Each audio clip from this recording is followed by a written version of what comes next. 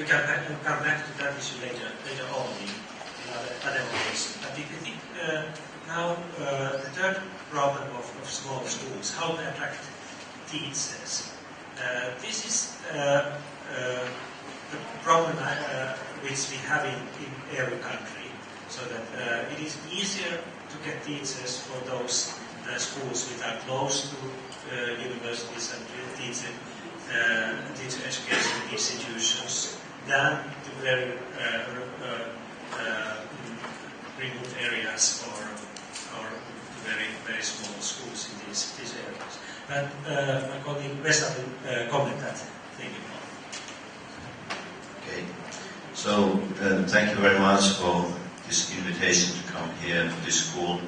I have seen a lot of pictures from this school earlier, and one of our teachers has visited this school as well. So now it's a great honor for me to be here with you and talk about a very important topic. Thank you. Back to these questions, how to help the small schools. So I think one of the things then that how in Finland they have solved some of the challenges that the small schools are, is that they try to provide also teaching materials which is especially meant for schools like this. So that small schools can get, and they should have a possibility to get more teaching material, also such material that can then help students to learn independently when needed, for example, in a combined class. So teaching material can help a lot as well. And in the Finnish school, we have a long tradition that students have a lot of homework as well. So the amount of homework can also compensate to some extent. Of course, it means then that we also have to talk about this question with parents, and this way have parents' partnership in that, so that they understand that by giving homework means then that it's one way to support the learning,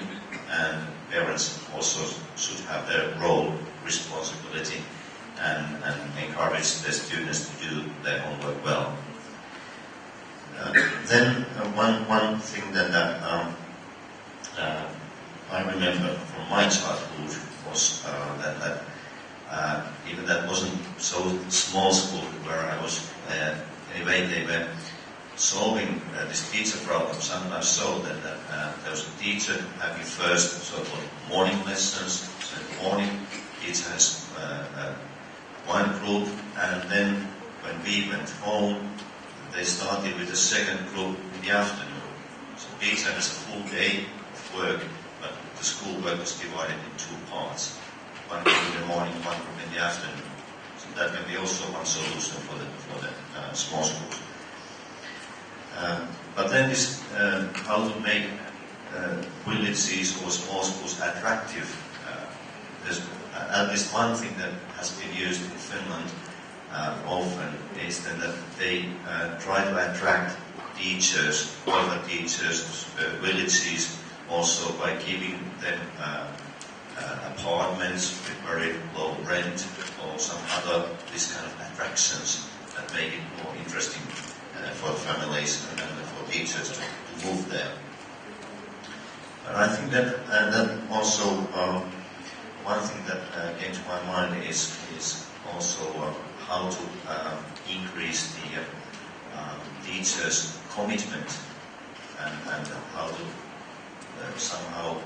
make teachers to feel that I'm one part of this village, one part of this development of this village is also then to one task that teacher education has. How to make teachers feel that it doesn't matter if you're working in a big city or in a small village, but your commitment really matters. And we as parents, we trust on that what teachers do in the classroom. So that I think this is the one part of this ethical questions that we also have to take into consideration in our teacher education. And then one thing is also then that we have a lot of teachers who are eager to develop this teaching in small schools. They are able to create good practices, and it's important to also to give them a possibility to show to other schools what kind of good practices they have created, and in this way make it actually more interesting from their point of view that, okay, I can share my experience with other schools, with other teachers, and share these experiences that I have had, and in this way again it motivates them to learn and create more good practices. So this idea to share good practices is one part of the thing. Thank you. อาจารย์ก็ได้แบ่งปันประสบการณ์นะคะว่าในประเทศเขาเนี่ยเขาบริหารจัดการโรงเรียนขนาดเล็กด้วยวิธีไหนบ้างนะคะอย่างแรกนะคะก็คือว่าให้อุปกรณ์การเรียนการสอนที่เพียงพอนะคะซึ่งเขารู้ว่าโดยเฉพาะการจัดการเรียนการสอนแบบคลาสชั้นเนี่ยก็จะต้องจัดอุปกรณ์การเรียนการสอนให้ตรงสอดคล้องกับการจัดการเรียนการสอนแบบนี้นะคะแล้วก็เขาก็รู้ว่าการบ้านนะคะเวลาที่จะต้องให้เด็กได้ทำการบ้านนี่ก็ต้องค่อนข้างดีมากแล้วก็เขาสื่อสารกับพ่อแม่ผู้ปกครองโดยตรงเลยนะคะว่าพ่อแม่ผู้ปกครองจะต้องสนับสนุนมีบทบาทที่จะต้องช่วยเหลือนะคะแล้วก็แนะนำในขณะที่ลูกทำการบ้านด้วยนะคะอันที่3นะคะก็เป็นเกี่ยวกับเรื่องจูงใจนะคะจูงใจให้ครูเนี่ยเขาอยากจะมาสอนที่โรงเรียนแม้กระทั่งการมองหาพาร์ทเนอร์นะคะที่พักในราคาประหยัดราคาถูกกว่าปกตินะคะก็เพื่อที่อยากจะได้ให้คุณครูที่ดีๆได้มาสอนการสร้างคอมมิตเมนต์ความมุ่งมั่นกับครูนะคะที่จะมาสอนที่โรงเรียนอันนี้เขาก็มีพยายามจะประสานกับเครือข่ายของพ่อแม่ผู้ปกครองด้วยนะคะให้คุณครูเนี่ยเขารู้สึกภาคภูมิใจที่ได้เป็นส่วนของการได้พัฒนาชุมชนของเขาถึงแม้ไม่ว่าจะเป็นโรงเรียนขนาดเล็กหรือกลางนะคะก็มีความภาคภูมิใจที่ได้พัฒนาเด็กนะคะแล้วอันสุดท้ายนะคะก็เขาพยายามที่จะให้เปิดโอกาสให้ครูเนี่ยได้แบ่งปันประสบการณ์นะคะว่าการสอนในโรงเรียนขนาดเล็กเนี่ยเขาใช้วิธีการใช้ practice แนวปฏิบัติแบบไหนนะคะแล้วก็เชิญให้ครูเนี่ยได้มีโอกาสได้แบ่งปันประสบการณ์แบบนี้ให้กับโรงเรียนอื่นๆอันนี้ก็ถือว่าเป็น recognition เป็นการให้ครูเนี่ยได้รู้สึกภาคภูมิใจที่เขาได้บริหารจัดการโรงเรียนขนาดเล็กได้ดีแล้วก็แบ่งปันประสบการณ์กับเพื่อนครูในโรงเรียนนะคะ There have been evaluation studies about students' achievement in those combined classrooms in small schools and then bigger schools where teacher is teaching only one class level at one time. And if the infrastructure is well organized and teachers are using proper pedagogy, which is focused on teaching combined classes, there is no differences in teaching learning outcomes, so that teachers, students, and I should say on primary level, they learn as well in these combined classes than in one class level classes. But then already on lower secondary level, I wouldn't recommend small schools. The requirements for teaching are so different. I would like to say about the small schools in case of lower secondary level. In Finland, we have found that the small school concept does not work in lower secondary level, and it is because of the problem with the teacher qualifications. There are not enough lesson hours for teachers in small schools, for qualified mathematics teachers or language teachers. Average number of lessons that Finnish teachers have to teach weekly is around 21, 22 lessons. And if we have a small school like 100 students, maybe 4 classes, for instance, or 3 classes, then there's only maybe 4 mathematics classes for each lessons for each class, and it's total only 12 classes a week. So it's only half of the mandatory number of lessons teachers have to have, and it doesn't work. So we don't get qualified teachers into these subjects. And in Finland, typically subject teachers teach at least 2 subjects, in some cases 3 or 4 subjects. And like math and science teachers, it's mathematics, physics, chemistry, computer science. Although computer science is no more the subject, but anyway, language teachers may have 2 or 3 foreign languages that they teach. So it doesn't work well, and the problem is the teacher qualifications. Municipalities cannot hire teachers, subject teachers into small lower secondary schools. So in Finland, students are transported from villages to centralized schools, and at least the number of students in those schools is 300, about 300. It is still pretty small school. And if I can add one thing still, I think from the crucial question is anyway teacher education, and in Finland teacher education has been based on the idea that because teacher education schools, which are part of the faculty of education, they are located all over the country. In northern part of Finland, where there are a lot of small schools, or in eastern part of Finland, where there are a lot of small schools, but also, of course, then in south or western part of Finland. In this way, one of the ideas in the Ministry of Education has been that we guarantee that there are qualified teachers all over the country. It doesn't matter where you live, in what kind of schools you are, you will get a qualified teacher, and I think that's number one thing. Now, our first reaction about this small school is. ค่ะก็ทั้ง3ท่านนะคะก็พยายามที่จะสรุปประเด็นนะคะว่าในมุมมองของเขาเนี่ยเขาก็ยังคิดว่าการมีโรงเรียนขนาดเล็กเนี่ยควรจะไม่เกินพอไป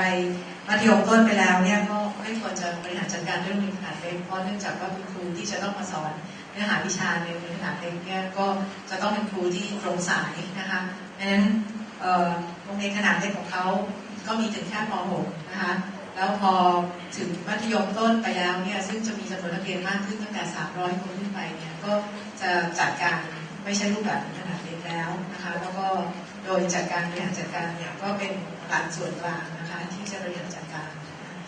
Am I right that all the small schools are administered by municipality? ค่ะดังนั้นโรงเรียนขนาดเล็กทุกโรงเรียนนะคะก็บริหารจัดการด้วยระบบท้องถิ่นนะคะพอ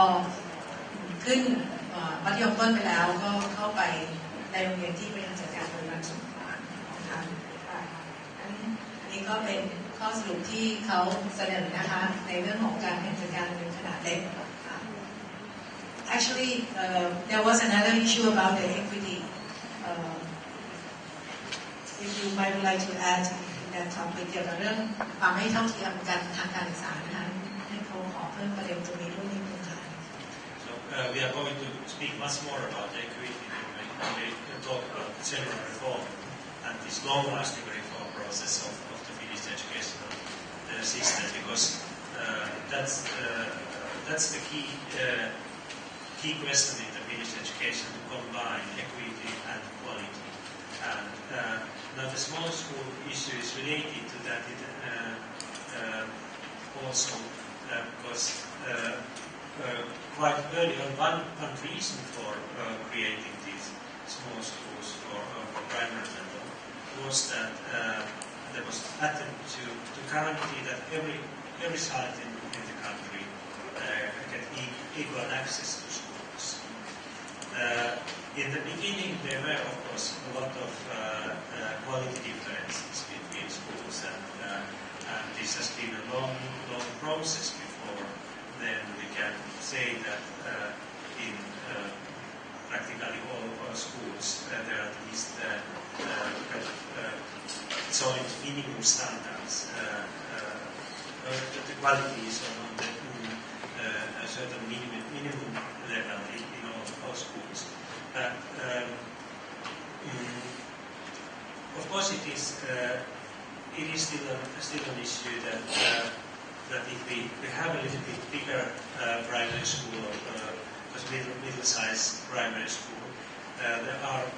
much more opportunities to give all kind of special support for students with,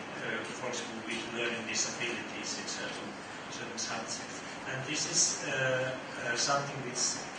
we have also tried to solve in that way, that there are special education teachers who are not located in one school, and they move around and they give this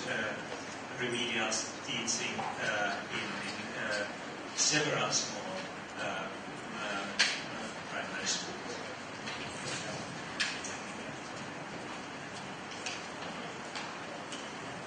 Yeah, I have something about this equity issue. Also, Erno mentioned about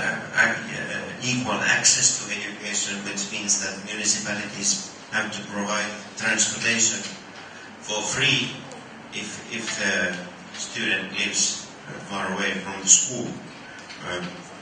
We also have this principle that we provide education for all, despite the individual differences, despite the different intelligence levels or handicapped situation or whatever it is, everybody is provided with education as much as possible. Also, we have this inclusion principle. We use inclusion. All students are in one group as much as possible. And Finland, we also have education for free. There's no charge, school charges or school fees, even at the university. So it's free from low to up level.